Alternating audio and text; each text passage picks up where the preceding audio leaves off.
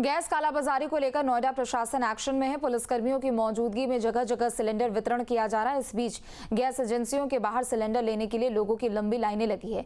जायजा लेने के साथ ही लोगों से बातचीत की है संवाददाता अमित चौधरी ने। गैस की किल्लत लगातार बढ़ी हुई है और पिछले कई दिनों से जो लोग हैं वो गैस सिलेंडर लेने के लिए लाइन में लगे हुए हैं। हरोला में मैं मौजूद हूँ, तस्वीरें आप देखिए। जो तमाम लोग हैं आपको खड़े दिखाई दे रहे होंगे और सुबह 5 बजे से 4 बजे से लाइन में आकर लग जाते हैं ताकि जो गैस है वो इनको समय से मिल पाए। इस समस्या का समाधान के लिए जिलाधिकारी द्वारा 12 मजिस्ट्रेट नियुक्त किए गए हैं जो शहर की सभी गैस एजेंसियों पर निगरानी करेंगे और कालाबाजारी को रोकने का काम करेंगे। कितना राहत अभी मिल पाई है अब पिछले कुछ दिनों में मिल रही है गैस आप लोगों को? ये नंबर में लगे 60वां नंबर है हमारा। कितने बजे आए थे? 5 बजे आए थे। क्या बोला जा रहा है? कल मिली थी? कल भी आए थे? कल भी आए थे, कल नंबर नहीं आया था। आया है 8 नंबर आया, लगे लाइन में नंबर ले गैस लेने के लिए। कितने दिन बाद? आज 5 दिन हो गए लाइन लगते। गैस से 3 दिन बाद आ रहा हूँ, गैस मिला नहीं। अभी लाइन में खड़े हूँ, आप देखते हूँ क्या होता है। अधिकारी आते हैं आप, पुलिस वाले? हाँ, पुलिस वाले भी आते हैं। यहाँ 11 तारीख की बुकिंग है, तब से आज नंबर आ रहा है गैस लेने का। पुलिस आती रहती देखती रहती। पुलिस यहाँ खड़ी होके बंटवाई है, मिल जाएगा, ऐसी बात नहीं है। 2-4 दिन का है दिक्कत। हाँ मिल तो कैसे बना रहे हो खाना? चूल्हे पे लकड़ी जल्दी काम हो रहा है। कभी हाथ से वो बला बना कर, हाथ से मोटी बना करके आदमी खा रहा है। क्या करेगा आदमी? आज से नहीं 3 दिन से, मगर नंबर ही नहीं आता।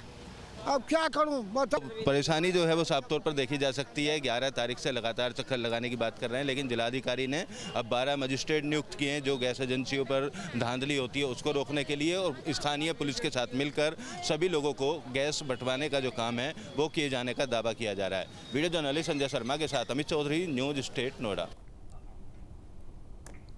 देश में एलपीजी को लेकर सियासत भी तेज हो गई है। कांग्रेस सांसद इमरान मसूद ने सरकार पर निशाना साधते हुए कहा है कि हालात ऐसे हो गए हैं कि देश भर में एलपीजी की सप्लाई प्रभावित है और लोगों को गैस नहीं मिल पा रही है। इमरान मसूद ने तंज कसते हुए कहा कि अब ये कहना पड़ रहा है कि ईरान ही हमारा साथ दे रहा है। वहीं ईद की नमाज को लेकर उन्होंने कहा कि नमाज एक ही समय में पढ़ना जरूरी नहीं है, इसे अलग अलग समय पर भी पढ़ा जा सकता है।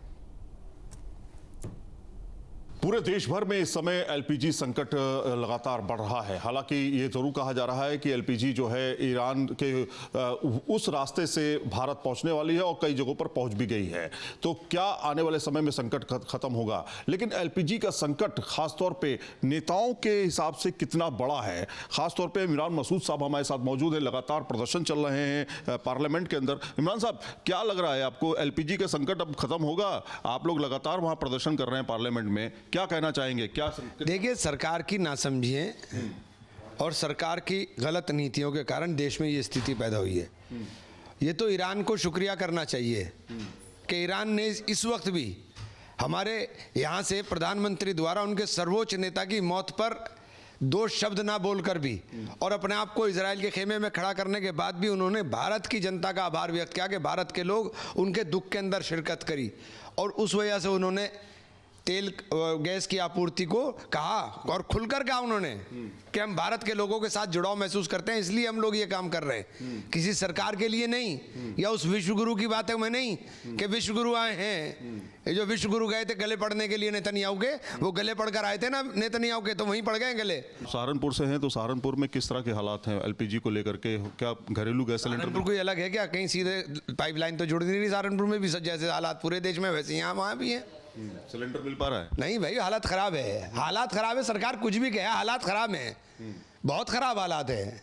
और ये सरकार इतनी कमजोर, लचर और लाचार सरकार है कि इसे ट्रंप जरा सी आंख दिखाता है तो इनके हाल खराब हो जाता है। आखिरी सवाल है कि ईद बहुत करीब है। अब ईद के समय में ये भी कहा जा रहा है, जैसे संभल में बात आई सामने कि ईद की नमाज को लेकर के बड़ी राजनीति हो रही है, अलग अलग तरह के बयानबाजी हो रही है। क्या आप संदेश देना चाहेंगे? मुसलमान बेइंतहा वाहियात हैं और सुप्रीम हाई कोर्ट ने उनकी जो रगड़ाई की है ना, बिल्कुल सही की है। उस सीओ की क्या हैसियत है वो खामनेई साहब के बारे में बोल देगा? उसे ना अपनी वर्दी का ख्याल है, बस जबान निकाल दी।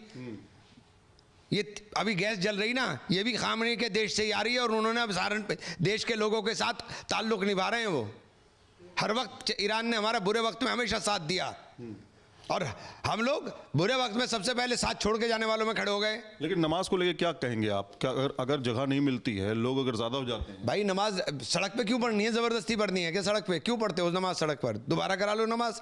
नमाज की तो गुंजाइश है ना। ये तो नहीं है कि एक बार ही नमाज होगी, आप दोबारा कर लो नमाज। थोड़ी आपको तो पता है, आप दोबारा नमाज हो जाएगी।